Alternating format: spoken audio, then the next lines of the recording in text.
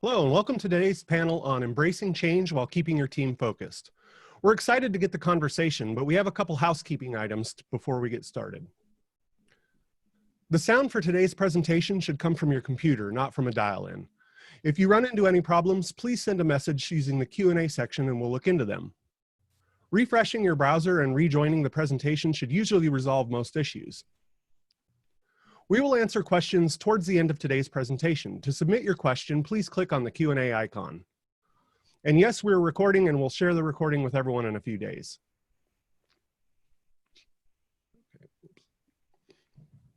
In the midst of a crisis, clarity and focus are often in short supply. When there are so many unknowns, how can engineering leaders cut through the fog of what-ifs and noise of competing goals? To talk through the challenge of keeping your engineering teams together, we've brought three world-class engineering leaders here to dissect their strategies and tactics on navigating their teams through uncertainty with laser-like focus. Edvish Robinson is an expert technologist, a women in tech advocate, and a VP of mobile engineering services at Comcast NBC Universal. Patrick Kwa is the founder of Tech Lead Academy, keynote speaker, and former CTO and chief scientist at N26. David Adsit is the CTO of Immersion with over 2 decades of experience in engineering and leadership. Hello, everyone. How are we today? Hello. Hi. Awesome. So we'll go ahead and jump right in here and say, when you have disruptive changes within your organization or externally, how do you personally stay focused?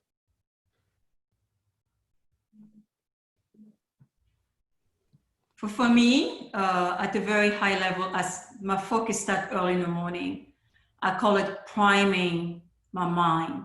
So I want to ensure that I set my mind in a way that before I leave the house, before I even get to work, I'm in a positive mindset. And I use meditation all the way. I used to take the train to Center City, Philadelphia. So today I just take a little walk and I do my meditation, and that allowed me to prime my mind in a positive manner.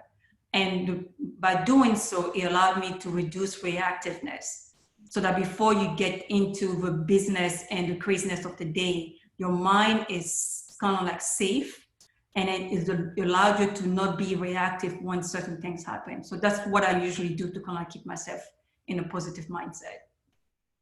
Awesome. So it's kind of like warming up your car, making sure that everything's operational and good in the morning.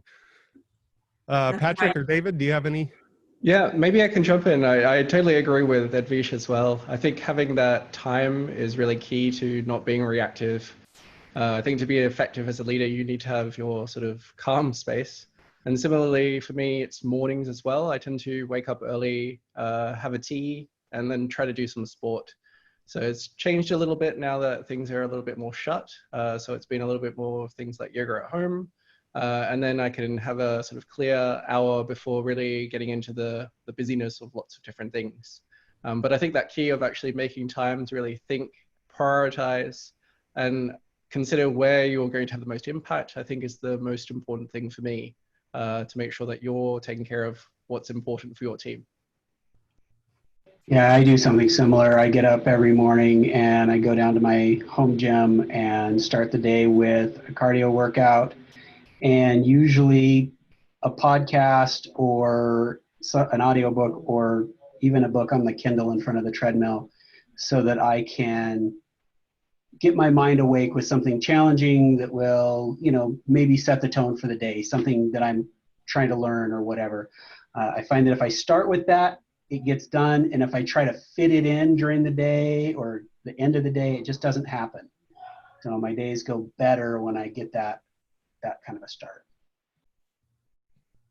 Awesome. So how do you manage stressful situations in order to continue leading? Mm-hmm. Yeah, I think stressful situations are kind of interesting because your first instinct is probably to react to the event. And I think one of the things that I first learned when I was starting on my journey of leadership was really about not reacting immediately, because your brain is going to go into sort of fight or defense mode. And you're probably not going to think things clearly. So I think my strategy personally is really to make sure that you sort of take a breath. Depending on what it is, you might go for a walk to try to sort of calm down to a point where you can think about what's happening in a little bit of a sort of clearer mindset.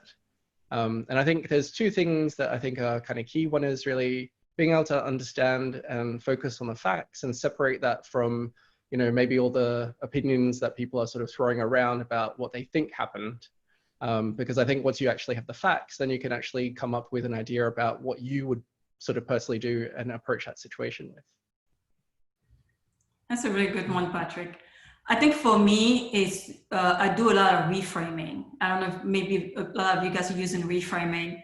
When something happened, something very stressful happened, I usually, myself and a team, to not react, as you mentioned, Patrick, not react immediately, but how can you reframe the situation? So for example, somebody would say, there's something's going on, I cannot do anything about it. And I would basically go back and tell the team member, what is the one thing that you can do that you have control over? You may not be able to change the whole situation, but what is the one thing that you can do? And usually by providing the team the power back to them to a certain degree, that allows people to reduce the stressful kind of like situation you're in. Because usually when people have stress, and whether it's internal or external, is because we lose the power to be able to do something about it. Or we want to be able to resolve it, but we don't have a solution. So it created a tremendous amount of stress. So by reframing the situation, doesn't mean that you don't believe that is a reality, but by reframing it, it allows you to refresh your mind and trying to look at it in a positive manner and how to solve it. So reframing is actually one of the tools that I use with my leaders, my direct, and I also tell my direct to use that with their team members, so that when something happens, we have a tool to go back to instead of being reactive. I really like that. You have the opportunity between the stimulus and the response to pause and think, right? And one of the things that I like to go back to in a stressful situation is that the way you behave when you are under stress is what you really believed anyway. So if I've set up processes and practices and techniques with my teams in a stressful situation, that's not the best time to reevaluate everything that you're doing, right? That's a good time to lean into the things that you've been doing successfully and then maybe make some adjustments based on the updated information, right? So that's one of the things that I like to do, and one of the things that's been pretty successful with my team so far. And so do you all take an approach of kind of taking time to make bigger decisions? Say, you know, you all of your answers kind of had the same theme. It was kind of like an inquiry before advocacy, you know, before just jumping and being reactive, as Advish said. Do you all support kind of with big decisions saying, I'm going to take the time to make this decision and deliver it to the team, you know, rather than right here and now? Do you all support that kind of a little time gap there, just to give yourself a little bit of wiggle room to reflect? Yeah, I think at a very high level, you have, I usually bucket the decision making in two big buckets. So there's an executive decision I had to make as a leader. This is the way that we need to go. And, you know, I made a decision, we need to move it and execute on it. Versus there's the decision that I need to make, but I want the input from the team.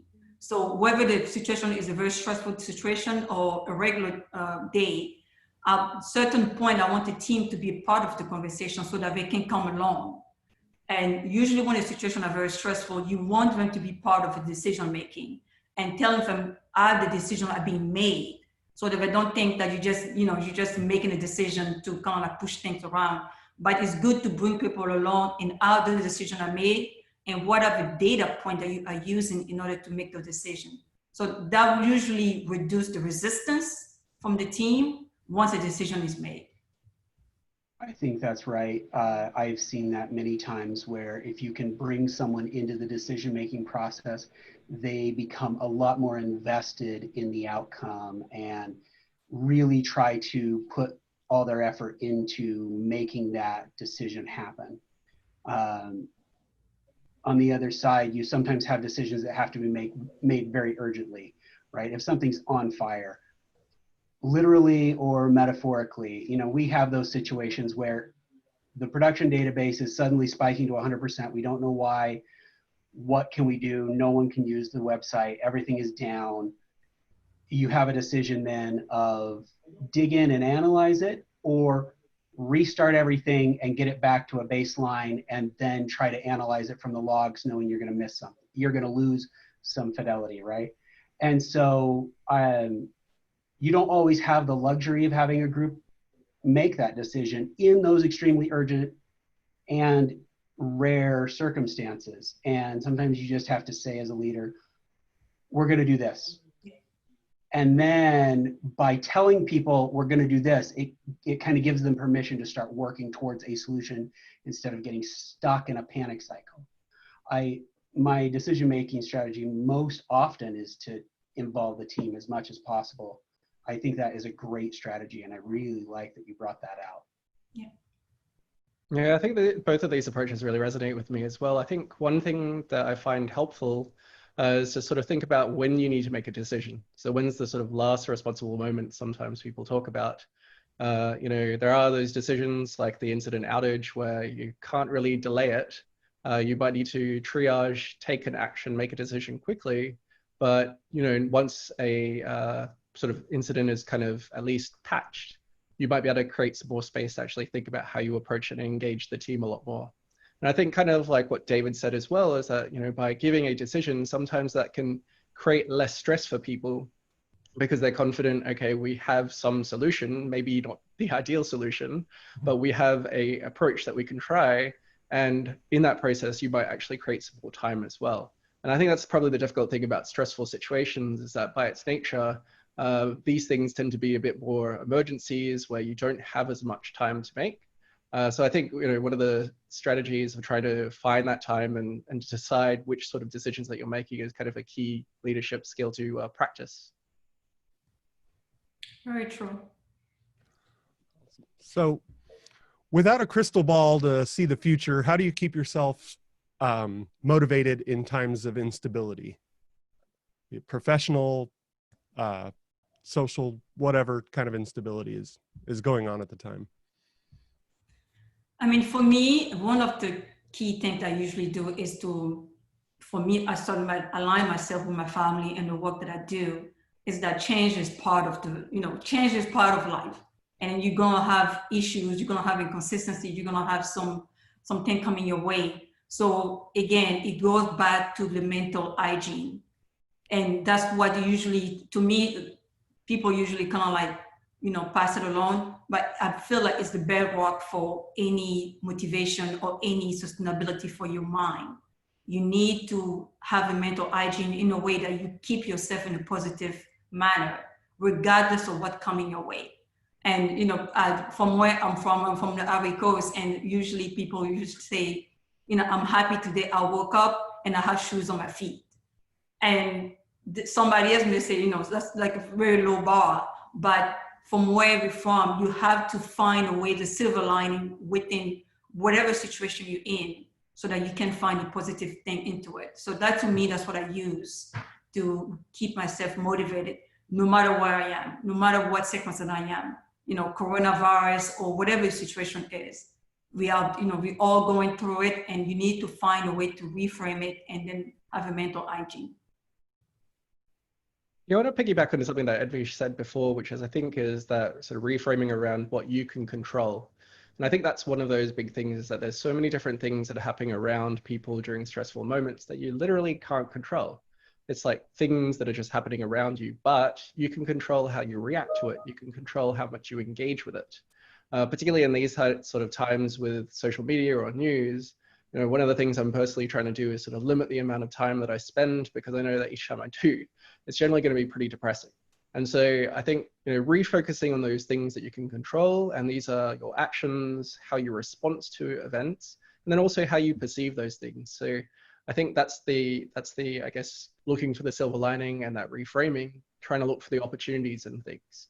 And I think one other thing that really helps, particularly with teams, is really trying to also celebrate the things that people are doing. I'm a really big believer in trying to celebrate and focusing on those small wins, because it's about sort of recognition and feedback for people, but also, you have to really help motivate other people who they may not realize what they are actually doing is actually having a positive impact.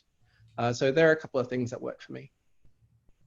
Yeah, as the two of you have been talking, it's had me thinking about some of the philosophies of Stoicism and the modern update around mindfulness practice, right? I have some kids who they suffer a bit with anxiety, especially around school, and it's been kind of heightened in the last few months, right? So the practices of mindfulness and being present in the moment and recognizing how much of what's going on you don't have control over, but you do have control over your response, right? I can decide that I'm going to be happy because I have shoes on my feet, or I can decide that I'm going to be unhappy because of things that are wildly outside of my control. And so I like to bring some of those ideas into my approach to leadership, knowing that a lot of things are outside of our control, but that doesn't mean that we have to feel a loss of control in a situation. Yeah, that's excellent. And do you all feel that there's a cultural aspect to that? Because, as far as leadership goes, before you've ever been a leader, you probably think, well, the leader is just supposed to tell us what to do, or the leader is supposed to steer the ship. But what I've found in my career over the years is the leader sets the culture.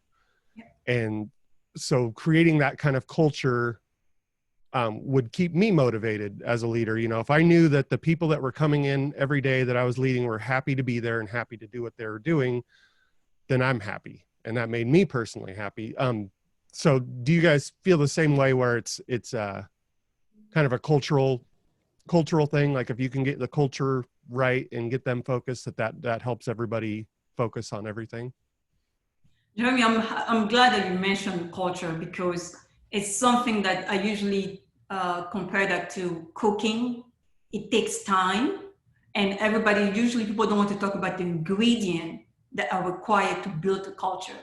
So how do you build that culture so that when there's an issue or when there's a problem, the team are still okay, or keeping the team motivated? That's based on working with trust with the team, mentoring the team, having those one-on-one with them, and working with them very closely, especially when they're going to get tough and when they make mistakes, so that they know that it's okay for them to make mistakes. So in order to build that culture, you have to invest so much before. You have to do so much work before you can even establish that culture, so that when the time comes, you're like, I want to keep my team motivated, but it's like basically you have to put money in the bank before you can withdraw, right? So you need to put a lot of money in your team bank, so that when the going get tough, and then when you want to keep them motivated, you can go and withdraw that money that you put in. So for me, to keep the team motivated is the trust that I built with them day in and day out. I work, everybody in the team, I know their birthday, and most of them, based on stuff that we've done in the past, I know who has kids, who has a family member. And in this time right now that we pivot to remote working, not everybody's having the same at-home experience. A lot of people are dealing with domestic violence. A lot of people are dealing with, taking care of family members that are sick. But by meeting the team where they are, in spite of everything going on, it allowed you to develop the trust, and it also allowed them to keep them motivated because they know that they have a leader that cares. So everything is kind of like intertwined, and I can probably pause over here. I love your metaphor about the sort of cooking as well, because you have to do the preparation and you also have to sort of clean up and keep the kitchen tidy once you're actually doing the cooking. With culture, one of the other metaphors I use is sort of gardening. So I'm actually really a terrible gardener, but I kind of think about this metaphor in that, when you have seeds or plants, you can't force them to grow in the way that you want, but you have to keep the soil fertilized. You have to provide the nutrition and enough sunlight, enough water, but not too much of either of those things. I think the other exciting thing that you can be as a leader is really asking yourself, what sort of garden or what sort of culture are you sort of trying to cultivate? And, you know, it's one of those things where it's really coming down to the things that you encourage or discourage or you allow. And I think that third category is really interesting because I've seen a lot of leaders who sort of fail to address perhaps behavior that's maybe not so helpful, but implicitly they're allowing that behavior as well. And that becomes part of that sort of standard culture. And so for me, I kind of think about the metaphor of the weeding, right? You have to think about those perhaps undesirable behaviors or give, you know, a channel for that so that you can sort of put them into the right sort of place. And, you know, feedback is one of those tools to make sure people are actually hearing about what is that sort of thing. But, you know, I think the idea of gardening and sort of cultivating culture is like one of those things that I think about when it comes to sort of the team. Awesome. And so, David, did you have anything to add to that? Yeah, I mean, I really like the focus on culture and especially around feedback. One of the things my leadership team has gone through recently is discussing the book Radical Candor and how feedback needs to be given in the moment and how it can be used to correct and direct. We have a few different things that we do to that end, and one of them is we have a peer-to-peer feedback system in our company where you can recognize someone for doing something that is aligned with one of our company values. And by doing that, it then gets published to the Slack channel for the whole company, and everybody gets to see so-and-so did this, and I think that's aligned with our company value in this way. And so you get a bit of that individual treatment, that individual recognition, but it's coming from a peer, not necessarily from a leader, which is interesting in that it also reveals to the leadership group a bit about how people are interpreting our company values, which is another opportunity to go back and feed that culture. Maybe someone is getting recognized for something that we really don't think is in alignment. And now we have two things to address in one-on-one conversations. Like, why did you think that this was the right way to behave? And also, why did you give this person recognition for behaving in this way? What, you know, it's an opportunity to understand how people are interpreting the culture of the company. And so that's been really powerful for us as well. Awesome. Good point. That's an excellent point. As Patrick mentioned earlier, the behavior you allow become the culture. And it's funny sometimes when people will have different, you know, I call it the peacock of the team, they're allowed to do whatever they want to do. And people are like, well, but this person actually delivers very good. He's like the amazing coder, and you have to let him do whatever you want. And it's polluting the culture at the same time. And you're not motivating the team by doing so.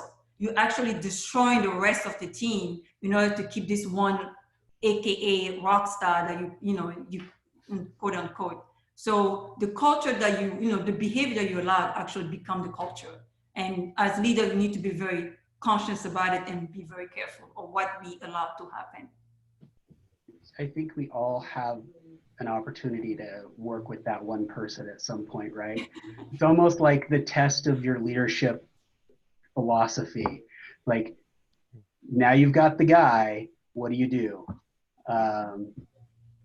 So yeah. That's always a challenging situation, but I think you're right. You have to focus on, what are you building? What are you trying to build? Are you building a company, or are you building an individual's ego? Yeah. And if you are willing to focus on the needs of the overall product, company, and culture, then it becomes very obvious what you need to do in that situation. One of the pithy things people say about culture is what you do, it's who you hire, and it's who you fire. I like that. Very true. Yeah, absolutely. So to shift a little bit, so focus is hard with like a miles long to-do list, like, and we've all seen, you know, the huge, gigantic backlogs. How do you go about prioritizing what you and your team are focused on? That's the $1 million question, right? This is the one that I'm most enthusiastic about. It all has to start from the company direction, right? There's a lot of different ways people talk about that. You know, your company strategy, your mission, your vision, the objectives and key results that's been popularized in the last few years, right? It's all about deciding what is most important from a company strategy, and how you do that is going to depend on the company that you're in. But if you can get that strategy set, then you now have something to evaluate what you're working on against. Am I aligned with the strategy? Am I working towards the strategy? Or is what I'm doing necessary and tactical? Or do I just not know? Should I be changing what I'm working on entirely? And so I've found that this is a really powerful way of creating and maintaining alignment on my teams.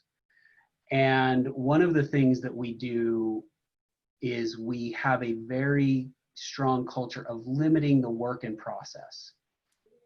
Context switching is a killer. I've read, and I don't have the reference, so I'm not sure 100%, but I've heard that for engineering groups, or engineers specifically, for every additional project you're working on, there is a 20% productivity penalty for the context switch, which means by the time you get to 5, you are now in the negative productivity realm, which isn't where any of us want to be. But if we can focus on limiting the work in process, then we can actually get things done more regularly. And that actually allows us to deliver more value faster. Yeah, absolutely. Fully agree. I mean, for me, what I do with my team at a very high level, I have different team depending on back end, front end, and related to the apps.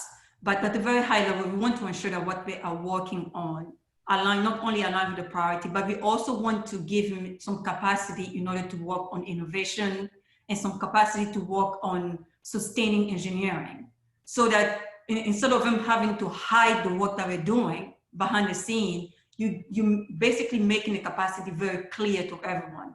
Here's the full 100% capacity. 70% is going to be allocated to the strategy that we need to execute against. You have another 20% for sustain engineering, and you have 10% to work on anything you want to do from your apps and everything else.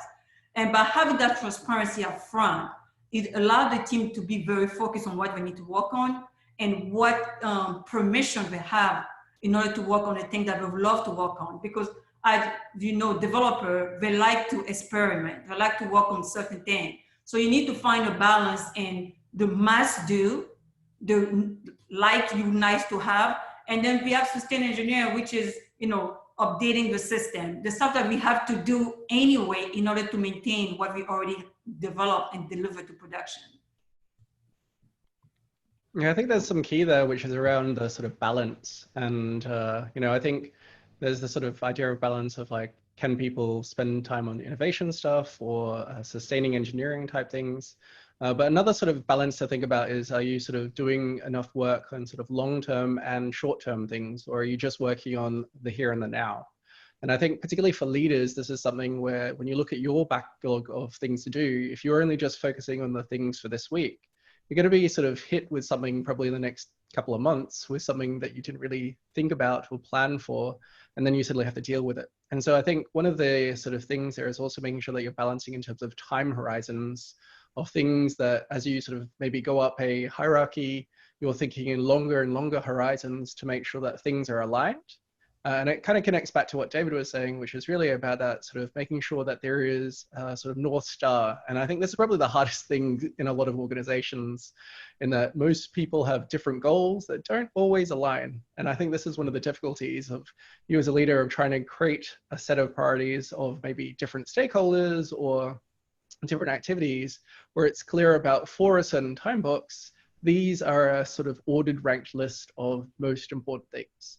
I think that's one of the difficult things, is that to do that, you have to be able to also say no, which is also a skill, or no, not yet, because there's only a limited amount of time that you can spend on things.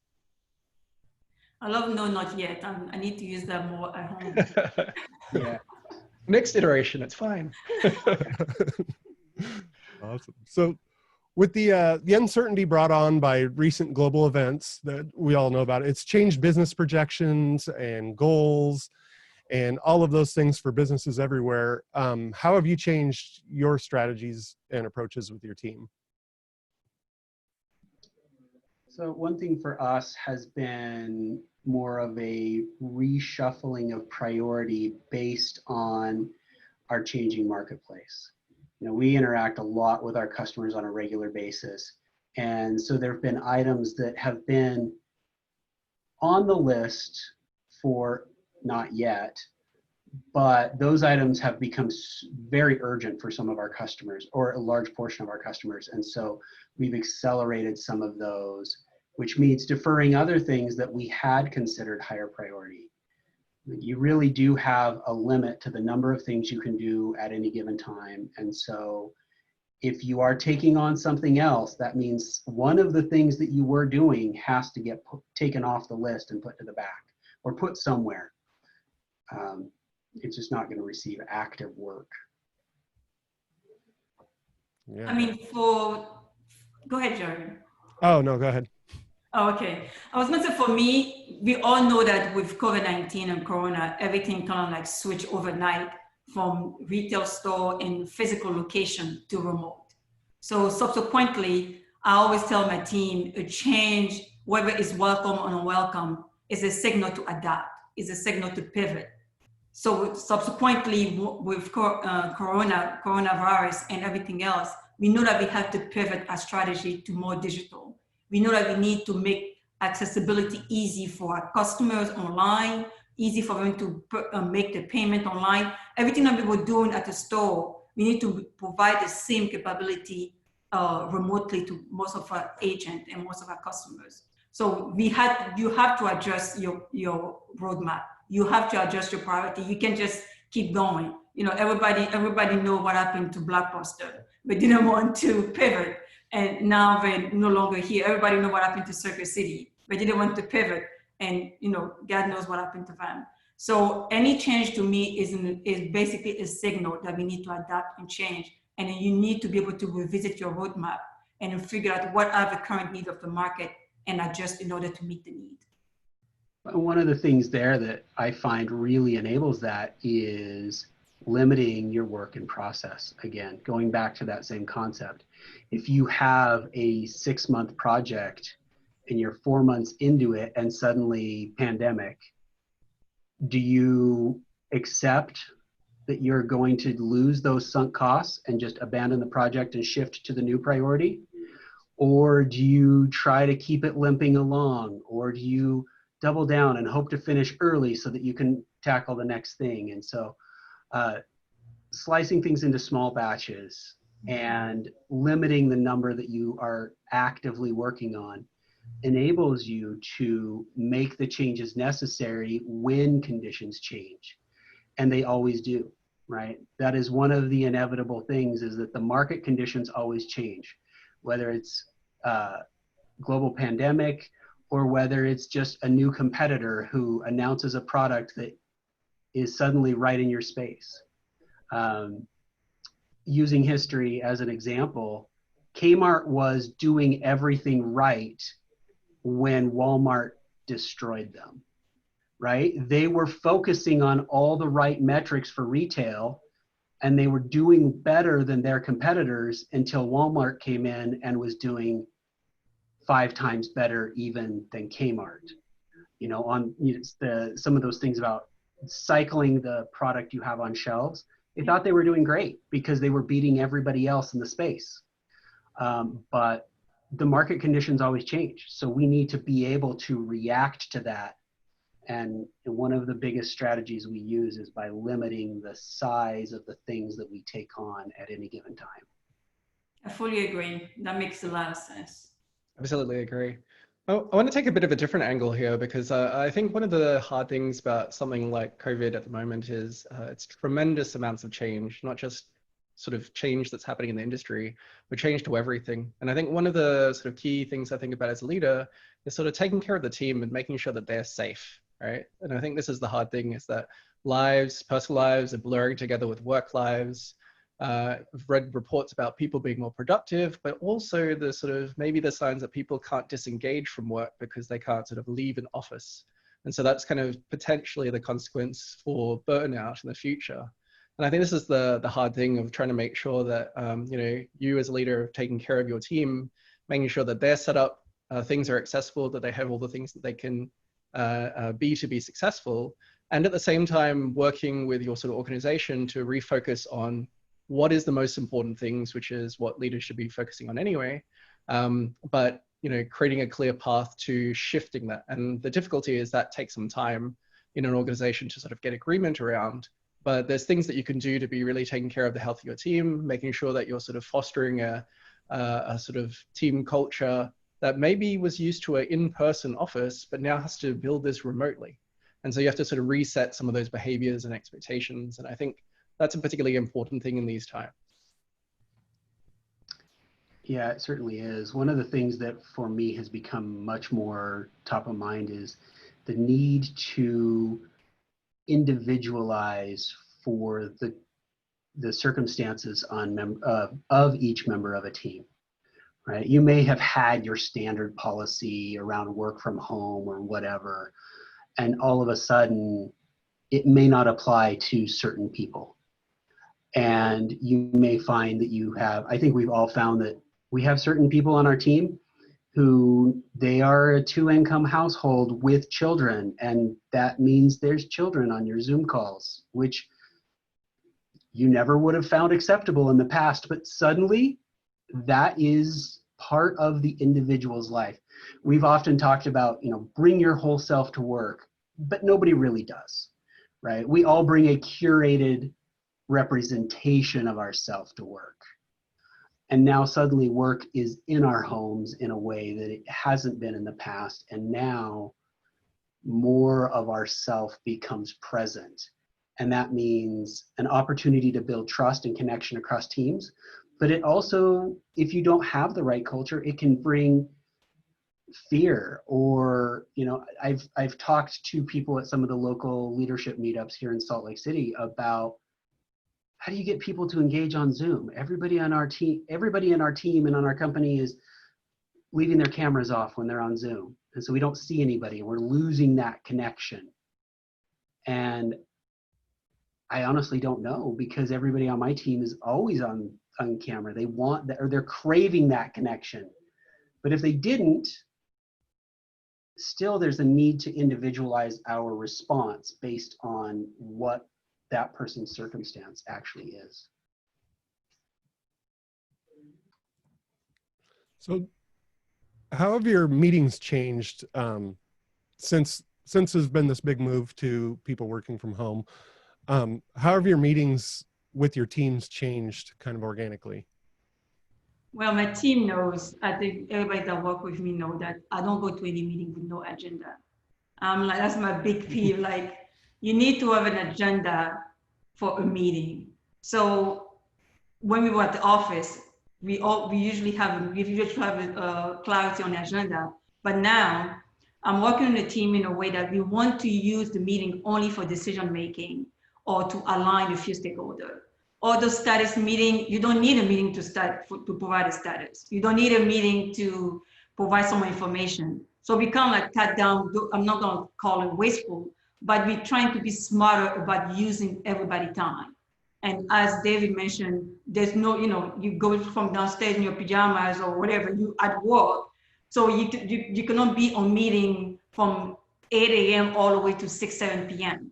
So we're trying to adjust and alter the meeting in a way that people are only meeting in order for decision making, and if we need to get the stakeholder aligned. And I also work with the team in a way that in the meeting, we are coming together so that we can make a decision on X, and we want to walk away with Y. So if you need to do any lobbying before the meeting, go and do your lobbying, do whatever you need to do so that you come prepared at the meeting to put, in order to be productive. The second thing we also done is we also kind of like bring together most of the retro that we were doing with the team. So if several agile team work on similar project, we're trying to bring all the team to do the retro together so that we can learn really quickly. Instead of doing separate silo retro, we do the retro together. So it has been very successful. And the last thing that we've done also, we reduced the meeting from like 30 minutes to 20 minutes. And we use the first 10 minutes of the meeting to check on everybody. So everybody gets a chance to, talk about their day. And then we use the 20 minutes to actually talk about whatever you need to talk about. So yeah, I've been getting a lot of good feedback, and the team has been very grateful to that little gap of time that we've given to them, and then to really use the time together to really make decisions. Yeah, that's excellent. So, oh, go ahead. Oh, no, go ahead, David. I was just going to say, I found that we have needed to supplement some of our meetings with an opportunity to replace that in-person contact that we've had in the past.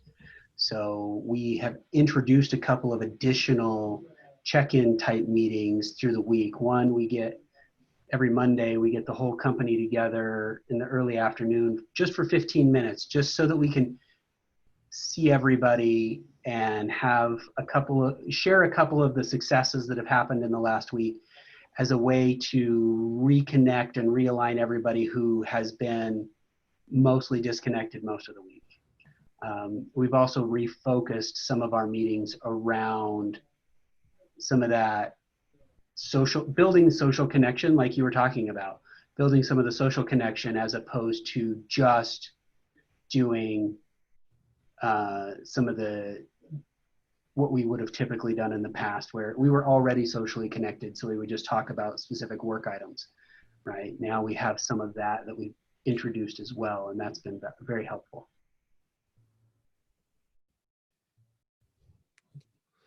So what would you all say is the most important thing you've learned from moving to online meetings? It's the most important thing. Put some clothes on, maybe. I'm just kidding. I mean, one of the most important things, to be honest with you, is to give people the same way that when we were at the office, when we come in, you chat a little bit. It's not because we are online that you should come right in and start working. So you want to give people some time to come in, ask them about their day. Somebody want to show them a coffee mug or whatever. You need to find a way to kind of relax the team a little bit and then jumping into the work. As I mentioned earlier, that's the reason why we moved.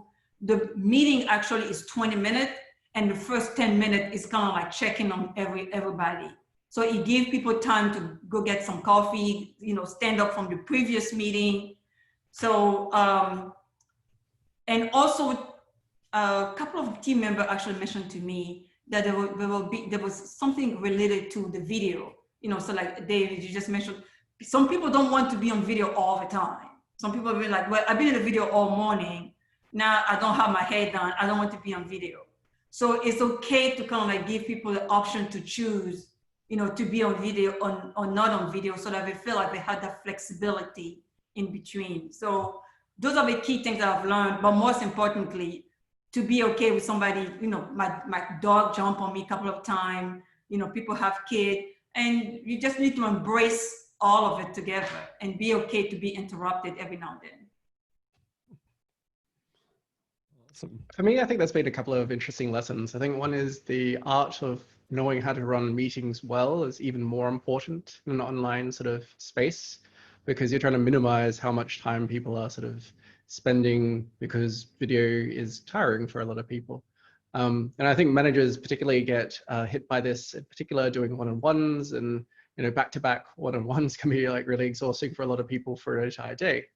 And then I think the other thing is the sort of experimenting with different sort of interactive formats. So, retrospectives, for instance, and trying out things like mirror boards and trying to use these collaboration tools, which a lot of organizations haven't maybe gotten used to. And I think trying to experiment with some of those tools and trying to do things more asynchronously. And I think that's the art of, do you need a meeting? Can this be done through another mechanism, either like a design document or a Slack channel where people can post updates asynchronously? These are sort of things that are definitely maybe more prominent about good meeting hygiene. I think that's definitely true. You've both mentioned techniques that I have found essential. One of them is using an agenda. Like, why are we even meeting? And I haven't been nearly so forceful about it, but I do appreciate that stance, right? Every meeting should have an agenda, and possibly an exit criteria where once this is done, we're done. We don't have to use the full 50 minutes or whatever that was booked in the calendar, because that's the default in Google Speedy Meetings or whatever. And the Miro boards is something my team has been using recently. I think one of the things that we've missed are the physical whiteboards that we could all interact with. There's something about having that tactile, visceral experience, and Miro is really helping bring some of that back in a way that I didn't expect we would be able to get. Yeah, on the whiteboard thing, I've had some success playing around with Microsoft Surface, actually, or the whiteboard and Surface. It seems to work quite well. Yeah, so because it's the touchscreen? Touchscreen, but also syncs with sort of Zoom, so people can collaboratively do it at the same time with a whiteboard. That's very cool. I really like that. One of the things my team has mentioned is that because we have had remote team members forever, a lot of it hasn't changed a ton. Some of the people have said, oh, well, we went from some people being remote and now everyone is effectively remote. That's leveled the playing field in some ways and made some things better, because now everyone is feeling the pain instead of just a couple of people. And then people share their ideas. Plus, having people with experience working remotely, they've been able to share some of the things that have worked well for them. And that has actually been super helpful. So that I've appreciated that willingness of members of my teams to collaborate around creating a successful environment for the group. Awesome. And I do have a question here from the audience, and we've answered some of this, but it came in earlier. And it says, when we were in the office pre-COVID, my team had a really strong bond. The team had an identity and a culture that I was proud of. As we transitioned to fully remote work, I had to rely on that bond to keep everybody engaged and productive. I feel like team culture is eroding the longer we're remote, in spite of virtual team building, full team meetings, optional lunch breaks, etc. Our in-person interaction was such a critical component of the magic of this team. Do you have any suggestions on how to rebuild that with continuing remote work? So that is an excellent question. Excellent question. I was going to say excellent question, but it's very important that everybody have to remember, you cannot replace 100% the human connection that we have. We are social beings. We are made to be connected and to touch each other and be together. So the best we can do is in a virtual environment, how we can work together to try to bring that, by talking all the time and trying to figure out something to sync up, virtual coffee, virtual water coolers. I don't know if I have all those things on my calendar every now and then. Between virtual coffee, I'm awake, but from 7:30 in the morning, so people can have 15 minutes of virtual coffee. And then, usually on Thursdays and Tuesdays, I have virtual water coolers where for 1 hour, we have this open room that everybody can go and kind of talk. But it would be unkind to ourselves to basically say we can 100% replace the connectivity and connection that we had at the office. So I think that would not be attainable. But we can do our very best with just, I just mentioned, the water cooler and all that stuff to continue to stay connected. And everybody keep forgetting about this. We still have phones. So you can still call people on a cell phone and talk to them. You don't have to talk to people only to WebEx and Zoom. And you will be surprised, the amount of connectivity that you can have by somebody hearing your voice, even if they don't see you, hearing your voice and be able to talk to them. So I don't know if that answered the question, but I wanted to kind of like add some kind of perspective and reality check that, the connection that we have is not 100% replaceable virtually. I think that's completely true. And I think it's one of the things where even remote and fully remote, companies or teams, they still try to come together, once a year, because you can't replace that, face-to-face sort of contact. But some of the things that you've already talked about kind of touched upon this, which is like the virtual water cooler and sort of coffee breaks. I think the things that really build a sort of team are those things where they spend time together, sharing sort of common experiences. And so I think if you focus on what can you do in that sort of way, how can people learn about each other a bit more that isn't necessarily related to a task that they happen to be working on, but learn about the person behind, the team member. And so, some teams that I'm sort of working with, they might be doing like a challenge where each of the team members take part in a common challenge, and they sort of share updates and they can sort of do that. It might be a baking challenge, it might be a sports challenge. Had one team which was like doing, daily push-ups, and then they're posting how many push-ups they've been able to do throughout the day. But, I think sharing common experiences and facilitating that and creating sort of space, I don't think you can force some of those things, but you can at least see which things stick. And then just trying to focus on those sort of common experiences, understanding that everyone's going to be in a very different part. So you also can't expect everyone to take part. People have different constraints, children or things they have to sort of take care of at home. But trying to foster that and create those opportunities where people can have more of that personal contact, I think is key in sort of a distributed team. One of the things that has been part of our engineering culture has been playing board games at lunch. And so that has moved online, and now our engineering team is hosting a once a week casual gaming session online for anybody in the company who wants to participate. I think it's actually starting in about 10 minutes. So it's just one of the things that has been part of our culture. So I think that what you need to do is look at what has disappeared from your culture as you've transitioned to online. What were the key things that people were doing but are not doing now, and find a way to replace that. One of the things that we've done is, for some of the teams, we've created just an open meeting room online on Zoom. And if anybody can just drop in and just kind of hang out there, if you keep working on whatever you're working on or whatever, it's not necessarily the same as our groups that do mob programming and pair programming where they're together all the time, but it's just open and you can jump in and connect with other people if you're just feeling that need to like get out of your closed office space at home. So there's a lot of techniques, and some of them require that we invest a little bit more money than we would have previously. Like, I don't buy board games for my team, but I might be willing to buy them a couple of digital board games if that helps keep the connection of the team going, right? Awesome. Well, I'd like to thank everybody for joining today. This has been really good. So we are going to be providing this live and online for others to download. And I just wanted to say thank you very much to all of you for participating in this. I think this has been great. Thank you so much. I just want to leave everybody's listening right now. Whenever you are in doubt, whether you're a leader at home or wherever you are, choose kindness, choose love. Because if you lead with kindness, love, and compassion, you can meet people where they are, and then you can bring them on board with you toward your, trying to find them to pull them with you. So whenever in doubt, choose love and kindness. Great closing words. Thank you very much for the discussion. Thank you, Yeah. guys. It was really good. Thank you so much. Thank Yeah. you.